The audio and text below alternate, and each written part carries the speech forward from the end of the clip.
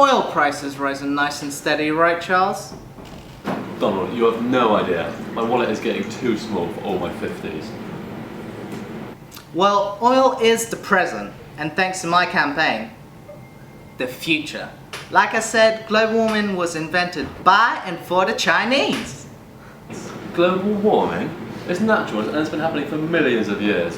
What other proof do they need to get it into their thick heads? What they say is somewhat true.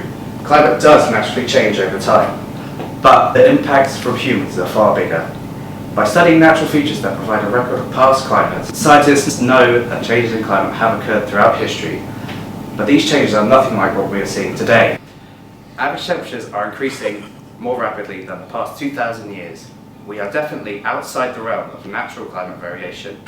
This rapid rise is strongly correlated to the dramatic increase in CO2 in recent years. They might say that this CO2 increase is natural, while carbon dioxide levels do naturally change over time. Evidence shows that CO2 levels are higher and increasing more rapidly than they have within the past 600,000 years. During the past century, human activities have been the only sustained source of additional greenhouse gases. Scientists agree that human activities are the main cause of recent warming and not natural factors. Well, anyway, Charles, why am I supposed to believe what all these people say when even the scientists don't agree amongst each other? Well, anyway, Charles, why am I supposed to believe what all these people say when even the scientists don't agree amongst each other? This is completely and utterly untrue. When scientists have been asked about climate change and its cause, there has been an unusually strong consensus. A poll of more than 3,000 Earth scientists conducted in 2009 found that 82% of them, regardless of their specialities, agree that human activity is a significant cause of global warming. The propagation of this myth is due to how mainstream media likes to present two equal sides, when in reality, one is the mainstream opinion and the other is the fringe.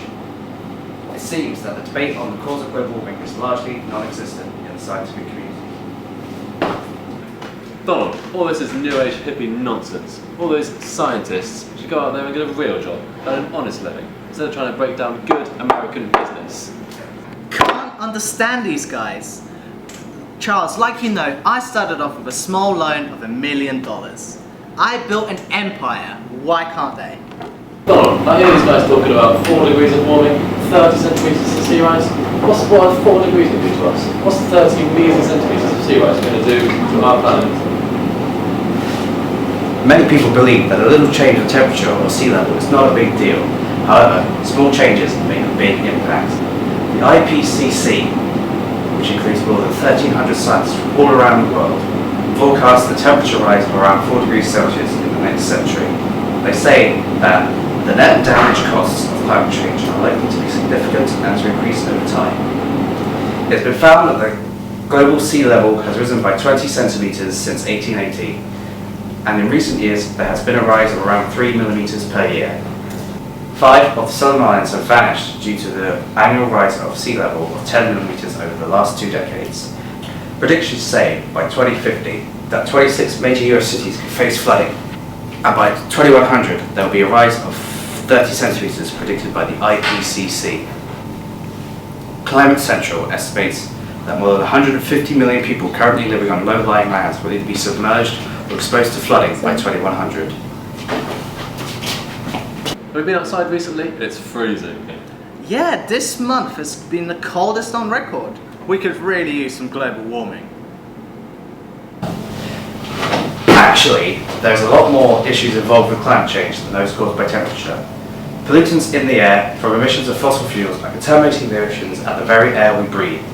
The air quality in Beijing has reached a point where face masks need to be worn due to the toxic gases in the air. If we don't reduce our emissions now, then more and more cities could end up like this. Ocean acidification is a phenomenon caused by CO2 dissolving in the ocean, which can be massively harmful towards sea life. According to the WWF, a large number of marine animals will find it increasingly difficult to survive, as the dissolved oxygen they rely on become harder to extract as the ocean acidifies. And this could result in irreversible damage to the ocean's ecosystem. Clouds can also be contaminated by pollutants and create what we call acid rain. This is very harmful and can even result in huge amounts of damage to animals, habitats, buildings and entire landscapes. Furthermore, if the water you drink has been contaminated by acid rain, it could suffer from severe brain damage, but it looks like this has already happened to Mr. Trump.